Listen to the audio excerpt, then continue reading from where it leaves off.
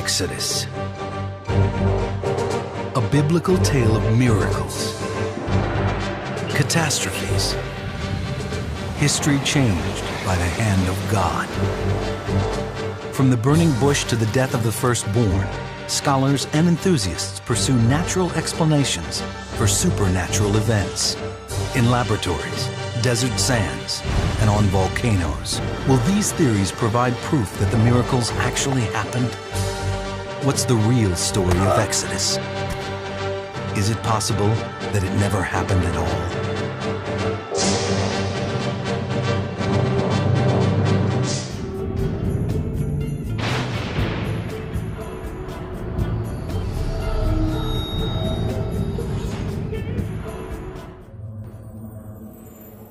Exodus, a 3,000-year-old biblical story of terrible plagues,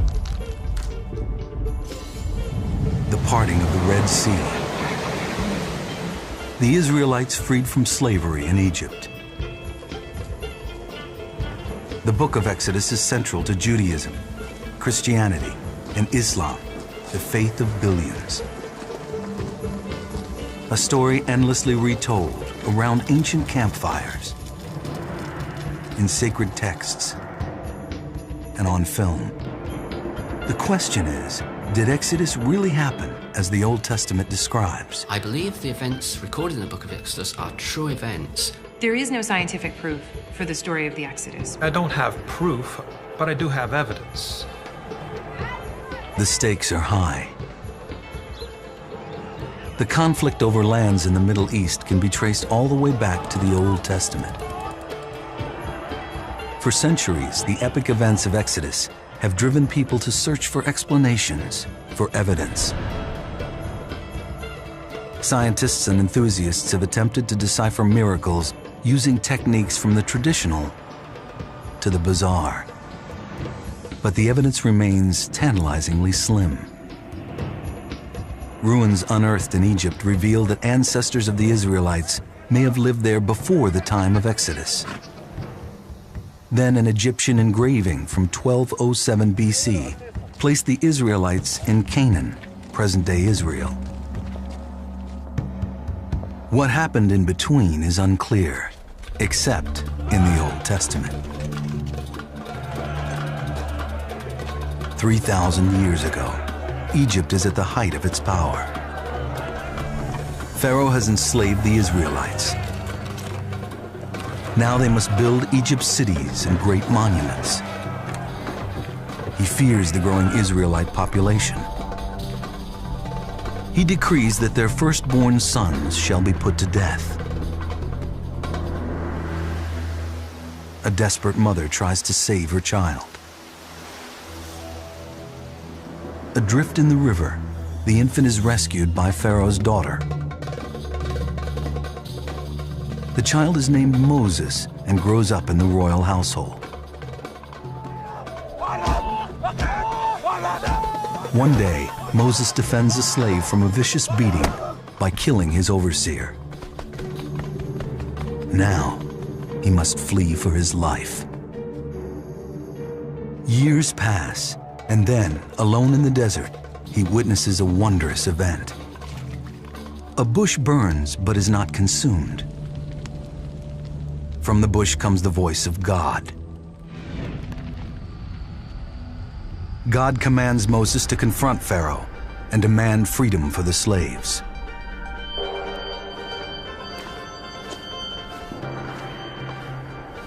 Moses walks through the desert alone to challenge Pharaoh, the most powerful person on earth.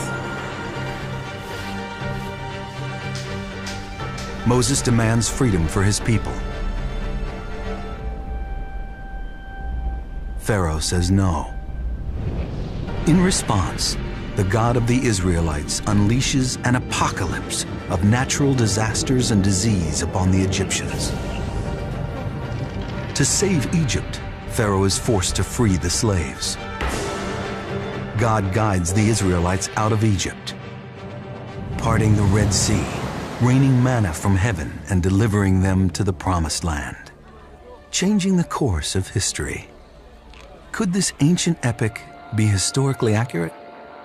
Could these miracles be real? There is a long tradition of investigators searching for scientific explanations for biblical miracles. Cambridge physicist Colin Humphrey is among them. He thinks he can demystify the burning bush. The Bible describes Moses as seeing a bush that was burning and the bush wasn't consumed. So there must have been some external source of energy. I have a theory this might have been due to a natural gas leak underneath the burning bush, because we know natural gas is common in the Middle East. We're going to see if we can reproduce the burning bush that Moses saw with this natural gas experiment. So I'm going to turn on the natural gas. Humphreys begins the demonstration. Start a button here, and you see the flames have lit up of the barbecue, and they're leaping through the bush already. The most common bush in the desert is the acacia bush, and we know that if you burn an acacia bush, you get charcoal. Rather than crumbling, charcoal retains its shape. So this is really good. Even though the flames are leaping around it, the branches are still keeping their shape. I think they're gradually turning to charcoal. And so if this bush turns to charcoal when you burn it, then it retains its shape for a long time. And so I believe that was the burning bush that Moses saw. So we've reproduced scientifically what Moses may have seen. Plausible, perhaps, but hardly proof.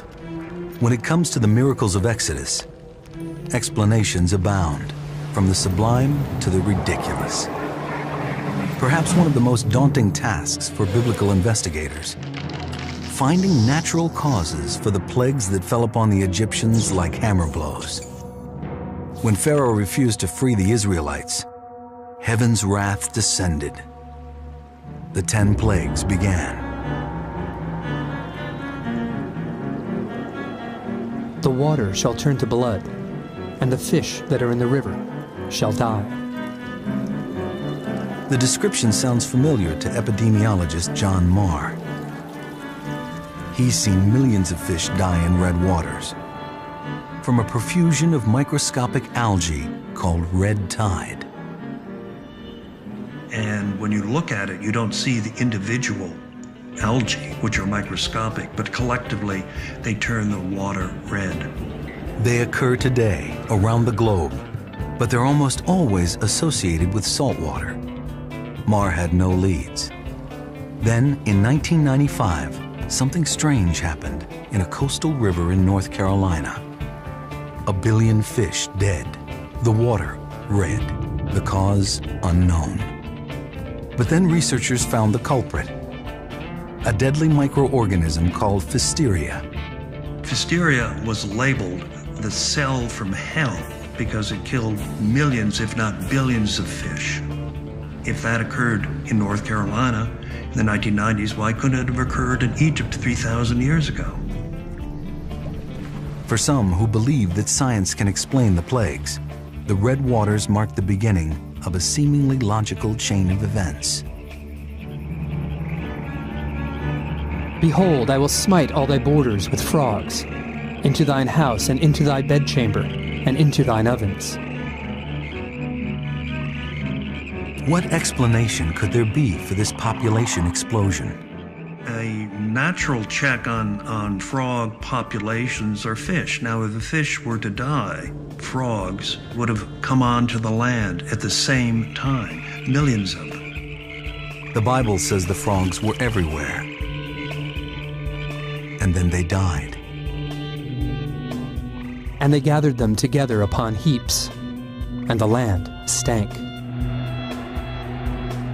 God had just begun to unleash his fury. More plagues were yet to come. Did each one set the stage for the next?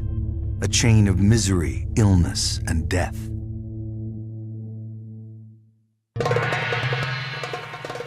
A red Nile, leading to the death of fish and frogs, did not convince Pharaoh to free the Israelites. It was a decision he would live to regret. And then outbreaks of insects descended on the Egyptians. The first of the insect plagues was lice. They infested man and beasts. All of the dust of the land became lice throughout all the land of Egypt, lice in man and in beast. But something is wrong here. No one species of lice attacks both humans and animals, and two simultaneous outbreaks would be unlikely. In biblical times, the word for lice described any tiny blood-sucking insect. What tiny insect, as small as lice, feeds on both humans and animals? For entomologist Jeff Lockwood, one particular insect stands out. A biting midge. These guys, Culicoides. Culicoides are blood feeders. Their mouth parts are like tiny swords that slice open the tissue and cause a pool of blood that they feed on. Thousands and thousands, millions of these would have driven the Egyptians absolutely crazy.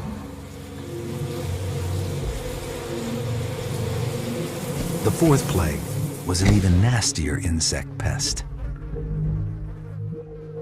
There came a grievous swarm of flies into the house of Pharaoh, and into his servants' houses, and into all the land of Egypt.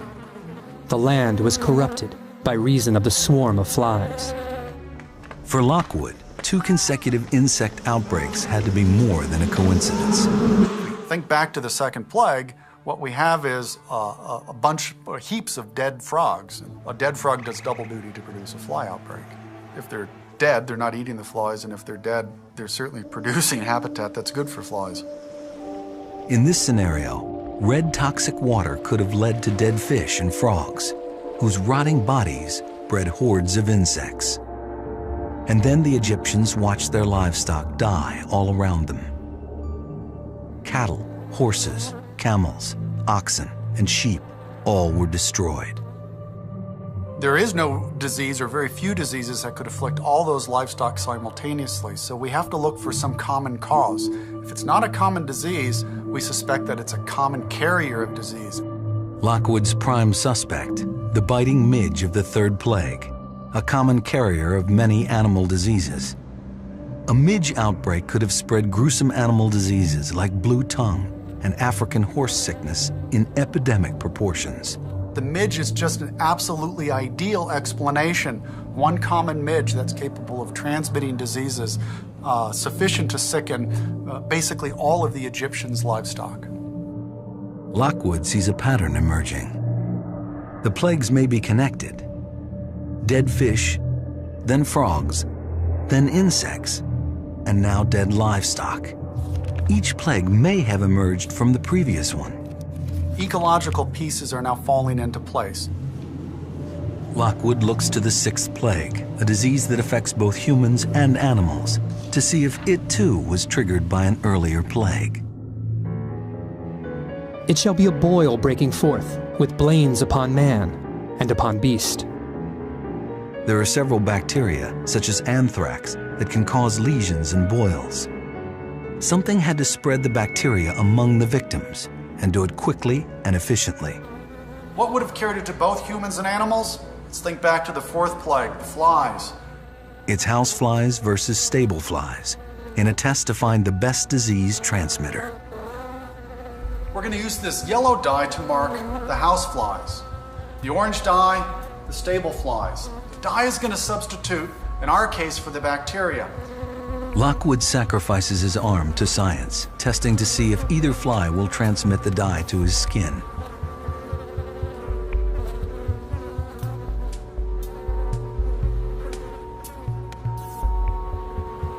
In moments, the first stable fly attacks. Yep, he's starting to feed there. Oh. And you can imagine what the Egyptians, or I can imagine what the Egyptians would be suffering if they were covered in these flies. The stable flies leave the most powder and break the skin. They've left powder all over the place. They're all over me and biting. The stable flies are probably the guilty party. What we have is an ecological domino effect. Something goes wrong with the river. It drives the frogs onto land. Outbreak of insects, midges, which then carry diseases to the livestock. We have an outbreak of flies, which carries boils to man and beast. Some scholars think the first 6 plagues form a series of interconnected natural events. But what about the rest?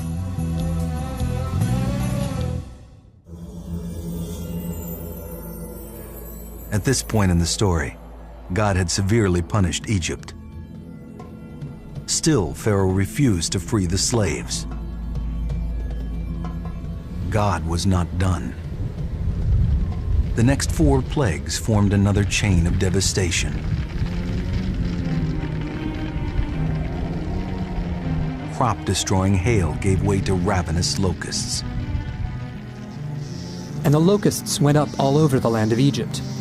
The land was darkened, and they did eat every herb of the land. There would have been more locusts in a swarm than there were humans on earth at the time of Exodus. Imagine the Egyptians. A cloud of locusts descends. Not only does it begin by eating the wheat, but soon the locusts move on to clothing, leather goods, baskets. Anything that's organic and not moving becomes food for these insects, and they devour, in a sense, the countryside of Egypt. The locusts consumed the last of the food supply. Starvation loomed. The 9th plague, darkness. Some speculate it was a terrifying sandstorm that blocked the sun. Then, the 10th and final plague. At midnight, the Lord smote all the firstborn in the land of Egypt, from the firstborn of Pharaoh unto the firstborn of the captive that was in the dungeon. Here was death parsed out in a way that seemed to defy scientific explanation.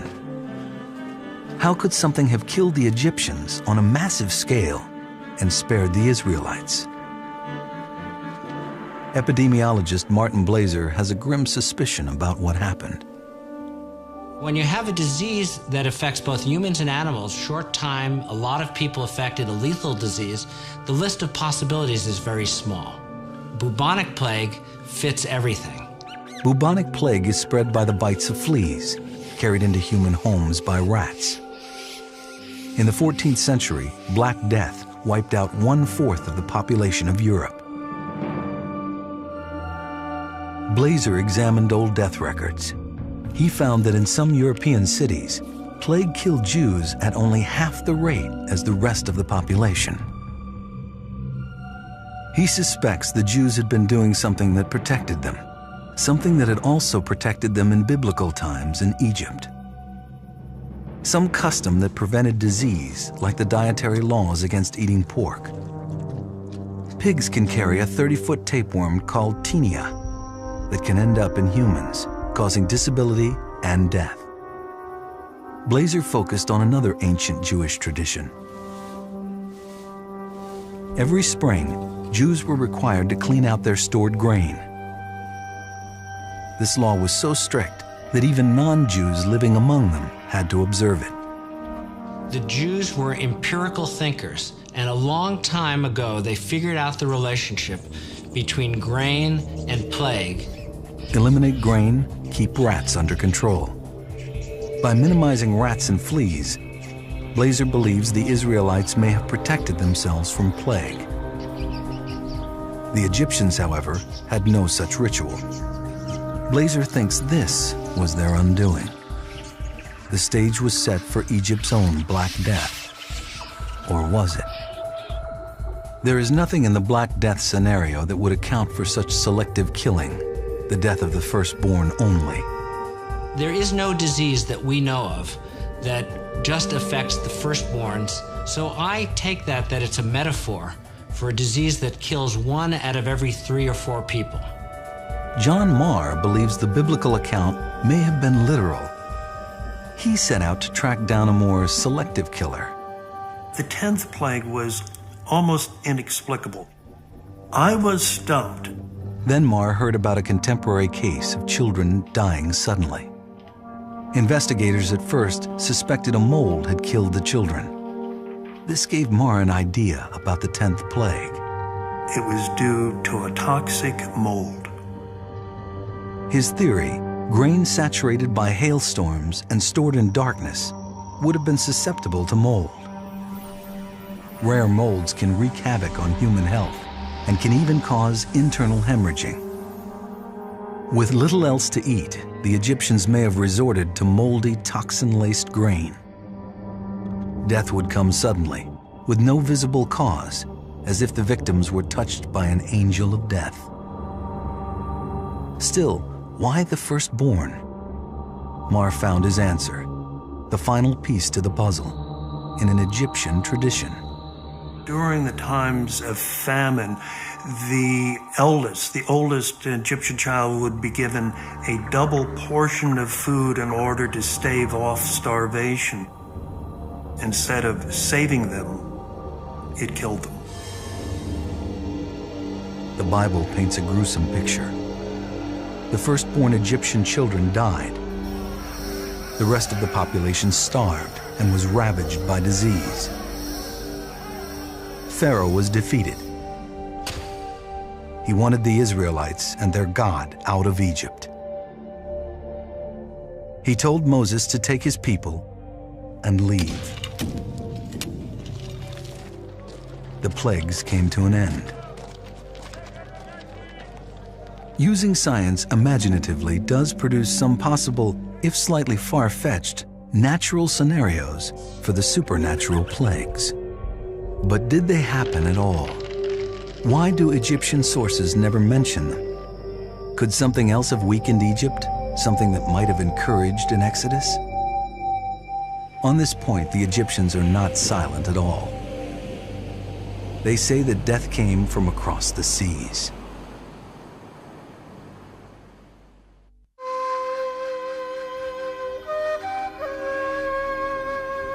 Powerful empires decline for many reasons. The Bible tells us the plagues ravaged Egypt and gave the Israelites the chance to escape. Archaeologist Eric Klein is not persuaded. Rather than the plagues, I would look more to human intervention. Klein looks at the archaeological record to see what might have weakened Egypt. Scholars have deciphered powerful evidence that Egypt was attacked by mysterious invaders from across the Mediterranean. They call them the Sea Peoples.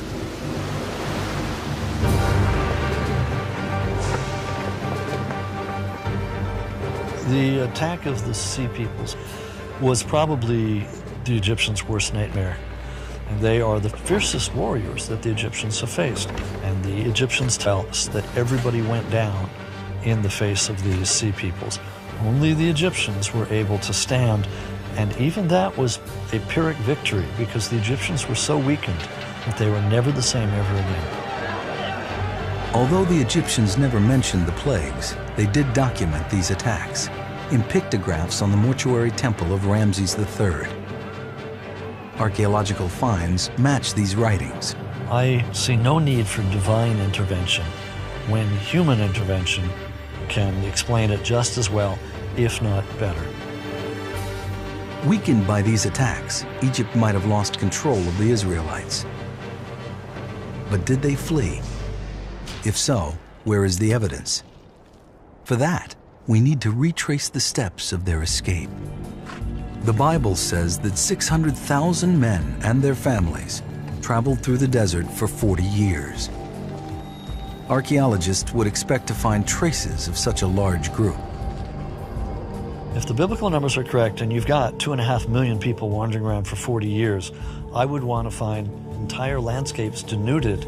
I'd want to find hundreds of sheep and goat carcasses, the bones. I mean, even if they didn't ask for directions, wandering for 40 years, there would be something. The search for a trace of this epic migration has turned up nothing. Archaeologist Jim Hoffmeyer believes the reason is that there were far fewer Israelites than the Bible says, and a much smaller group would have left behind much less evidence to be found later. One of the enduring images of the movie The Ten Commandments is these millions of people coming out of Egypt and rushing into the deserts of Sinai. Hoffmeyer attributes this misleading image to a misunderstanding of the Hebrew word Aleph. The Bible says the number of men with their families who left Egypt is 600 Aleph. The word Aleph can be translated 3 different ways. It can be translated 1,000. Aleph can also be translated as a clan. The third option is that it's a military unit, which I think is a more plausible scenario. According to Hoffmeyer's interpretation, instead of 600,000 men and their families, there were as few as 5,000.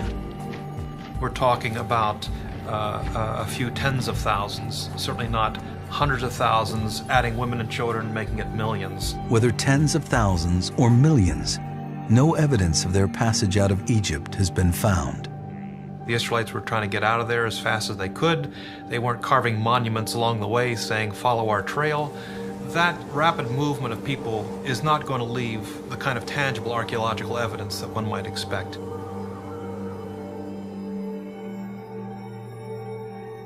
Whether millions or thousands, the fleeing Israelites were about to encounter a seemingly impassable barrier, the Red Sea. Pharaoh had changed his mind about letting the Israelites go.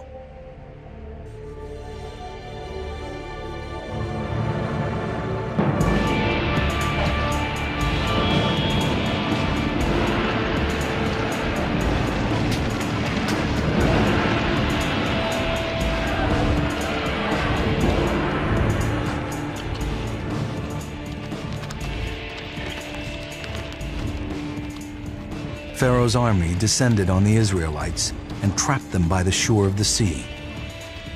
Across the waters was freedom, but they had no way to get there. Again, Moses heard the voice of God. Lift thou up thy rod, and stretch out thine hand over the sea, and divide it. And the children of Israel shall go on dry ground through the midst of the sea. The Egyptians pursued and went into the sea after them. And the waters returned and covered the chariots and the horsemen, and all the host of Pharaoh. There remained not even one. There may be no image of God's intervention in the affairs of man more powerful than this one. Could it have happened?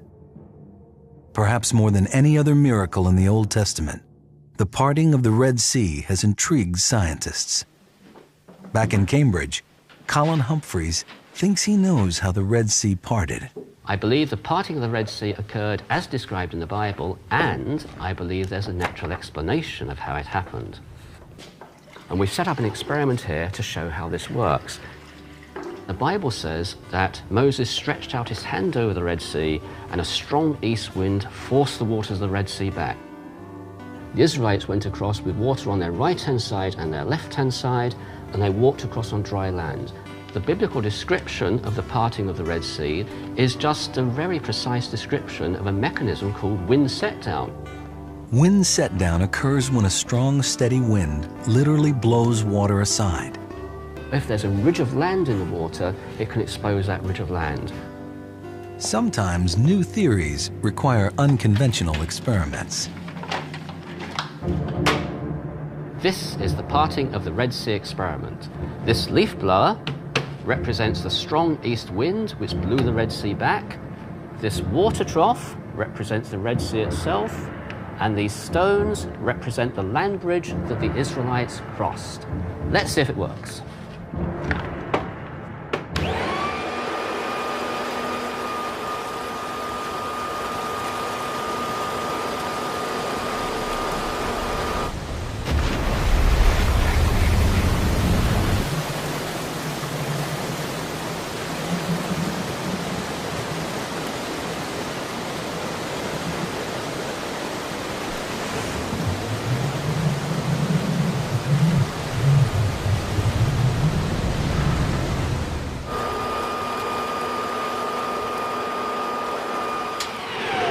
I think that's just amazing. That was fantastic, I think. It worked even better than I thought it would. Now that we've stopped, you can see the water completely covers the land bridge. This corresponds to drowning Pharaoh's army, chariots, and horses, just as described in the Bible. Humphrey's theory is hardly the only explanation of how nature could have split the waters. Geoarchaeologist Floyd McCoy is thinking bigger, much bigger. Floyd researches tsunamis at the University of Hawaii. He says a tsunami might have created a land passage for the Israelites across a lagoon. Although we think of a tsunami as a lot of water, what comes before is the disappearance of water. Sometimes you get a warning that a tsunami is coming. Sometimes that ocean disappears, and that's called drawdown. Remember what a wave looks like. It's sinusoidal. Bottom, top, trough, crest. If the trough comes in first, that's drawdown, the ocean disappears. Here's the ocean into a broad lagoon. This giant wave coming ashore has a crest and a trough to it. This is the water receding from here to here. The lagoon is there no more and provides ground that the Jews could perhaps have used in their exodus out of Egypt. And then that will be followed by the crest coming in, and suddenly the place is awash, and it would wipe out anybody pursuing the Jews. There's drawdown. Picture that 100 times bigger, and that wave coming in much bigger. There comes the crest of the wave. For all of this to happen, so that there's time for this group of people to get across this lagoon. It's a big lagoon. It's got to be a pretty big tsunami. A big tsunami needs a gigantic event to set it off. An earthquake, an asteroid impact, a volcanic eruption. So where did a wave like this come from? Well, there's Santorini, one of the giant eruptions in human antiquity. Santorini erupted with a force of over 24,000 megatons. Okay, here's Santorini. North is this way. Heading down this way is Crete, and that direction, Egypt. This was an island. There was a large island that sat in here, right here.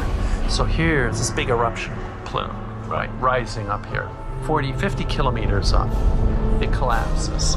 With the debris falling, hitting these slopes here, it shoots down the slopes. Right, and into the water. Into the water. Pyroclastic flows. And when it enters the water, tsunami. Exactly. Pyroclastic flows, sudden huge slides of volcanic ash and debris falling into the water, have been shown to trigger tsunamis. Computer modeling reveals that the Santorini tsunami would have headed directly towards the Nile Delta, a possible location of the Exodus journey. The issue is the dates. When did the Exodus happen, and when did this eruption happen? We don't know.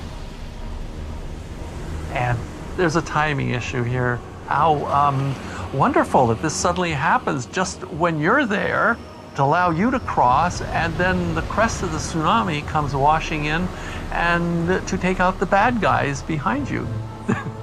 That's stretching it a little bit. As an explanation for the parting of the Red Sea, a tsunami is a long shot. But could another volcanic effect provide a more compelling answer? A smoking gun, so to speak? When it comes to the parting of the Red Sea, volcanologist Steve O'Meara has spent a lot of time thinking about lava. For him, Hawaii's Kilauea volcano is a window into the biblical past, when an underwater volcano may have been the source of the Israelites' escape route across the sea. Imagine the Jews reaching this massive land bridge formed by lava. Here we have Earth being created before our eyes. You see the lava flow going into the ocean on a new bench of land. This is a very highly unstable platform of land. The bench will not last for long. This whole area can fall in just a matter of minutes. Massive collapses have occurred here in Hawaii, almost in the blink of an eye.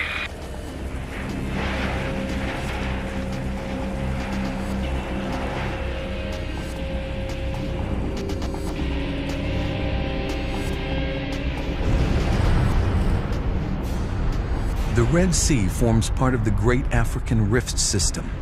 The entire region has an explosive volcanic history. Although we're seeing a very small lava flow, you have to, in your mind, scale this up to a massive volcanic eruption 3,200 years ago. It enters the water boils, it disappears. It's enough to choke valleys and cause land bridges. In O'Mara's scenario, an underwater eruption could have created a temporary, unstable lava bridge. The surface layer of lava cools quickly when it hits the water. The Israelites could have crossed over this new land. But what's amazing about this lava, even though it's so hot that I have to keep walking away right at this moment, that if I'd had to and save my life, I could walk over this lava in 10 minutes. This new, unsupported land could have quickly disintegrated. And then, when the Egyptians were on the chariots, sorry, it's very hot. I'm sorry. Oh, the Egyptians were in the chariots and they tried to cross the same bed. The lava gave way. The collapse of this land bridge would have plunged Pharaoh's army into the sea. It makes sense. The volcano is the only thing that makes sense. The Bible is just filled with volcanic references, and especially in Exodus, from the plagues to the parting of the Red Sea and seeing pillars of fire and mountains quaking and the voice of God and burning bushes, all of this, just in Exodus. Just imagine, you come up here and you see this, and you are not a scientist. There were no scientists back then. Listen to it. It's talking to you. It's written in the Bible, God says, I am the rock. There you are. If a volcano, a tsunami, or a gale force wind saved the Israelites, it would still have required miraculous timing, and it still left no evidence. For some who read the Bible as the literal Word of God, the lack of evidence could simply mean we've been looking in the wrong place. They point out that there is no agreement on the route the Israelites took out of Egypt. The Bible's description of the journey is vague. God led the people about through the way of the wilderness of the Red Sea. It does state the Israelites started in Egypt and ended up in Canaan, present-day Israel. Different theories about how the Israelites crossed the sea require different routes. Wind set down requires a shallow body of water. Colin Humphreys proposes a route across central Sinai. The tsunami theory only makes sense if the Israelites took the northern route along the coast. The lava bridge could have formed across the Red Sea at the Gulf of Aqaba, the most likely place for volcanic activity in the region. If there are clues hidden in the desert, it would help to pin down the Israelites' route. Jim Hoffmeyer believes most researchers are looking in the wrong place because something got lost in the translation. Literally. The Hebrew Yam Suf literally means Sea of Reeds. When the Greek translators took the Hebrew Yam Suf and translated it into Greek, they translated it as Red Sea instead of Reed Sea. So we've been stuck with a faulty translation for over 2,000 years. Finding this Reed Sea is no easy task. The Nile Delta was a very different place 3,000 years ago. Sea has become land and land sea. Marshes have dried to desert. New cities and farms are now erasing history. But geologist Steve Mosier has discovered a window into the past. The best tool that we have for looking at the ground in ages past is imagery from the 1960s. Recently, the government declassified spy satellite imagery. So these negatives were shot back in the Cold War era. These high-resolution images taken to spy on the Egyptian army in the 1960s show the desert before the recent onslaught of development. Stripped of its modern veneer, the undisturbed land reveals its secrets.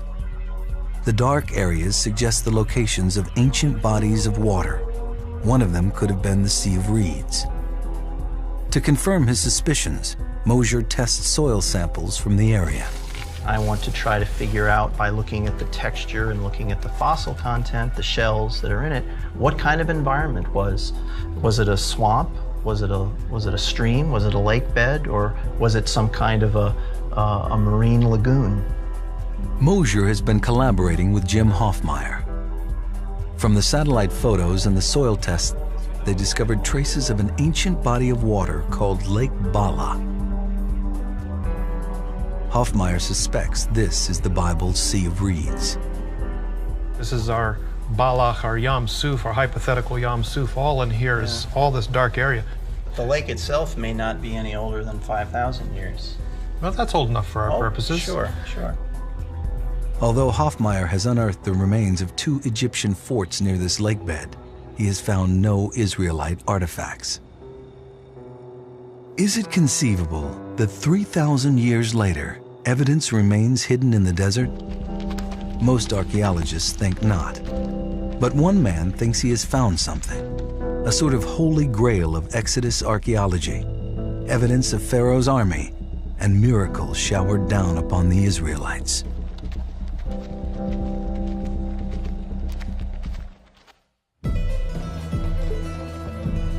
When it comes to Exodus, Bob Cornuke thinks he might have found that elusive holy grail, actual artifacts. His investigative techniques are driven by his detective skills and his faith. I've been researching and investigating the Exodus route for about 20 years now, searching for the real Mount Sinai in Egypt, searching for the Ark of the Covenant, the crossing site of the Red Sea. When I was a police investigator, the crime scene spoke to me. Little pieces of evidence would tell me what happened there. And now I look at the Bible and try to figure out what happened thousands of years ago at the dawn of history. And based on the evidence that I've seen, I believe that it happened exactly as the Bible said. We used the Bible as a compass, as a roadmap and a guide, and that gave us a pretty good indication where the route probably was. Like the investigators before him, Cornuke has his own idea about the route the Israelites traveled. Along the wide beach of the Sinai Peninsula to here, turning back, and then crossing right here. God says in Isaiah 51, I will build you a roadway through the sea. That's another clue. Right here at this location, there was an underwater land bridge that went right through the sea. These are shots of ships that have gone aground out there. Cornuke believes the shallow reefs here are the most likely place for the waters to have parted. And this is the beach. I took a picture of where they would have been on the shore. You can see where the children of Israel would have been all bunched up, and then the mountains cup around them. They had nowhere to go except into the ocean, right here. If Cornuke is right, this is where Pharaoh's army would have been destroyed. And here, we hit what for him is the ultimate pay dirt. We went there and started digging into the side of the cliffs, hoping to find something. And out of the cliffs started falling hundreds of pieces of bronze. Now, let's say that the Egyptian army did drown here. This is a man-made object. It's tubular in shape, kind of, you can see where it's kind of rounded. Could be an arrow shaft or some other clasp that was on a soldier's uniform or even on a horse. I think it's very provocative to think that this is from the Egyptian army of Pharaoh. Cornuke's colleagues also explored the desert where they believed Israelites wandered. They discovered what they believed to be handcrafted stones. Not just a couple, but hundreds, almost thousands of these were found laying all over the ground. What could they be? The Bible talks about manna being ground on stones. According to the Bible, manna is food from God. It rained down from the sky to feed the Israelites in the desert. Could these be the very stones that ground the manna for the children of Israel during their sojourn in the desert? I think it's highly possible. Has he found the Holy Grail of Exodus archaeology? Actual evidence? Scientists are extremely skeptical. Cornuke hasn't released these finds to the larger scientific community, so there's no way to judge his assertions. Kara Cooney, an expert on ancient Egypt, has seen extraordinary claims come and go. I don't think there's much validity to people finding a piece of bronze in the Red Sea and then claiming this is the piece of bronze or a piece of bronze that came from Pharaoh's army during the Exodus when they were wiped away. How are you going to test that bronze? It's not an organic piece of material. How are you going to date it? How are you going to tie it to Ramses' army? Anytime you have a new discovery, some new information, it takes a long time for people to shift over and start looking at it, and even longer for them to accept it. If anybody actually found Pharaoh's army or bits and pieces of an Israelite encampment, it would be front page news across the world. The fact is, not a single artifact has been found that could be definitively linked to the biblical Exodus. If the parting sea, the burning bush, the plagues did happen, they appear to have left no traces. There's no way to confirm even that the Israelites were slaves in Egypt. There is only one source for the story of Exodus: the Bible. For many scholars, the silence of the Egyptian sources is telling. I want 2 or 3 separate sources before I will believe what any one source says. And frankly, there is no Egyptian written text saying anything about the Exodus. Some argue that the Egyptians simply wouldn't record such an epic embarrassment. I wouldn't expect Ramses to, in any historical records, to say, oh, by the way, I let these Hebrew slaves get away because I was having some troubles. Perhaps not on monuments for public display, but the Egyptians were meticulous bureaucrats and did keep unflattering paperwork. You do have Egyptian documentation of bad things happening, of civil war, of unrest, of foreign incursion, of people coming in and taking Egypt over, and yet you have no evidence for this massive upheaval of the Pharaoh and the destruction of his entire army. You would expect to find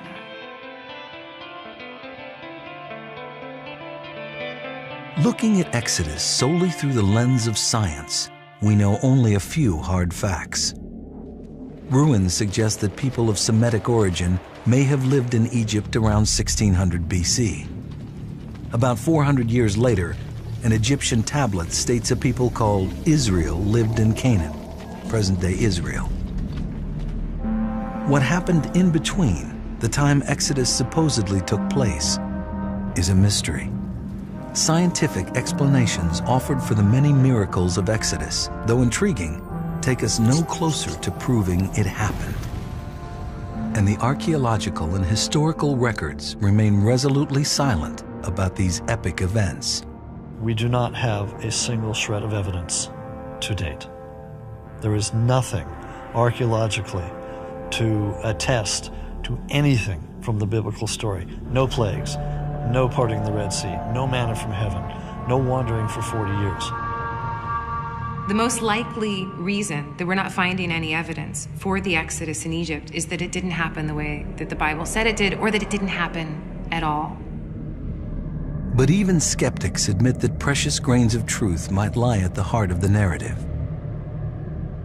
Perhaps it was born among the small groups of nomadic people who traveled between Egypt and the land of Canaan.